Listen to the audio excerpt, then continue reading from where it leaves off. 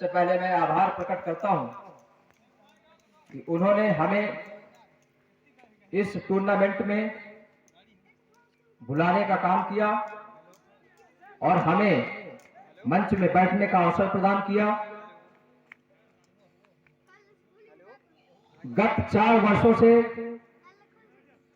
श्री शिवपाल पेंटरपाल जी के नेतृत्व में, महेंद्र भाई के नेतृत्व में ये टूर्नामेंट अनवरत अपनी सफलता की ओर चल रहा है। साथियों, आज बुंदेलखंड क्रांति दल के प्रदेश अध्यक्ष के रूप में मैं आप सबके बीच यहां पर उपस्थित हुआ हूं।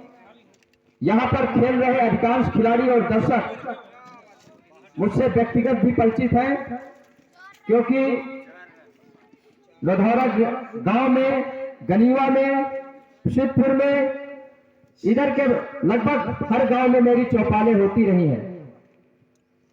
मैं आप लोगों से इस क्रिकेट टूर्नामेंट में एक ही मांग रखूंगा।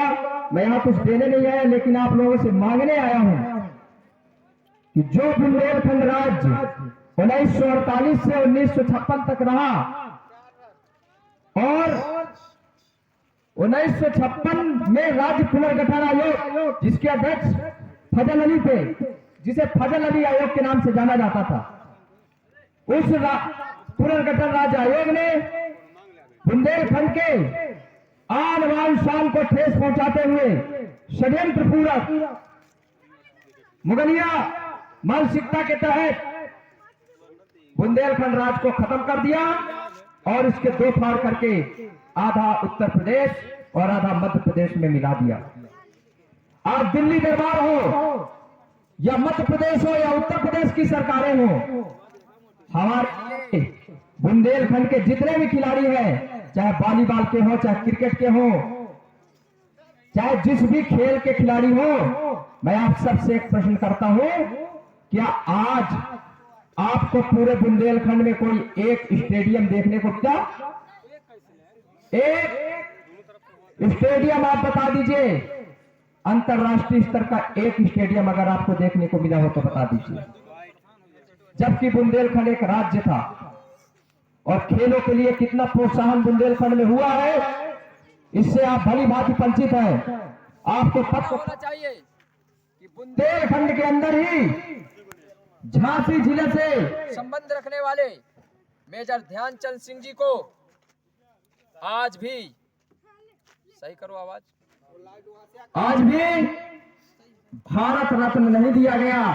जबकि आप सबको पता है कि मेजर ध्यान सिंह जी ने बुंदेलखंड की धरती को कितना गौरवान्वित किया है, और सिर्फ बुंदेलखंड की धरती को ही नहीं, संपूर्ण भारत मां के स्वाभिमान को, सम्मान को पूरे विश्व में उठाने का काम किया है।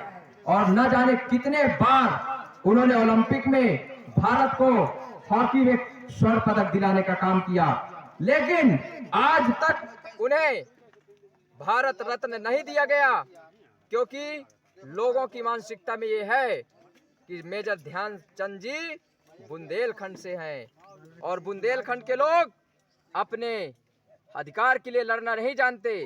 शायद हमारी इसी नालायकी की वजह से, हमारी इसी कमजोरी की वजह से हमारे मेजर ध्यानचंद जी को स्वर्ण पदक नहीं दिया गया। तो आप अपने बारे में खुद सोचिए कि खेल के क्षेत्र में हो या शिक्षा के क्षेत्र में हो या स्वास्थ्य के क्षेत्र में हो या रोजगार के क्षेत्र में हो या कृषि के क्षेत्र में हो, आज आपको मिला क्या है? अगर हमारा बुंदेलखंड राज्य बहाल होगा तो हमारे यहाँ खुशहाली आएगी। इसलिए अभी जैसे प्रजापति राजू सम्राट जी ने कहा कि बहाल होगी बुंदेलखंड की धरती, बहाल होगी बुंदेलखंड की धरती, अपना शासन होगा, बढ़ेगी भर्ती। तो इनके इस नारे की मैं अगर व्याख्या करूं तो मैं आपको बता दूं कि बुंदेलखंड की धरती बहाल होगी तो भर्ती कैसे बढ़ेगी, इसके बारे में भी आपको जानने की आवश्यकता है।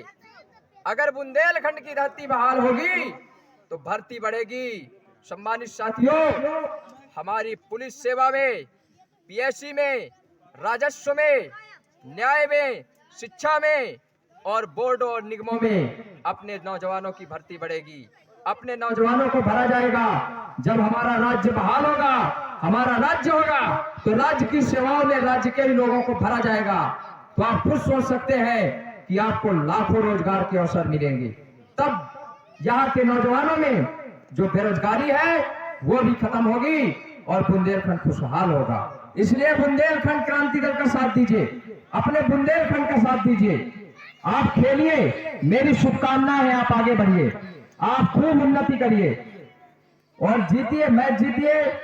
अपने क्षेत्र के लिए भी खेलिए, अच्छी बात है, लेकिन अपने बुंदेलखंड राज्य के लिए, अपने युवाओं के लिए, अपने शिक्षा रोजगार के लिए, उसके बारे में भी आपको सोचना होगा।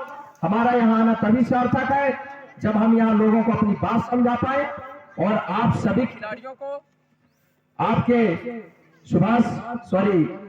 शारदा स्पोर्टिंग क्लब की तरफ से मैं हार्दिक बधाई देता हूँ और शारदा स्पोर्टिंग क्लब के समिति के सभी सदस्यों, पदाधिकारियों को मेरी तरफ से बहुत बहुत शुभकामनाएं।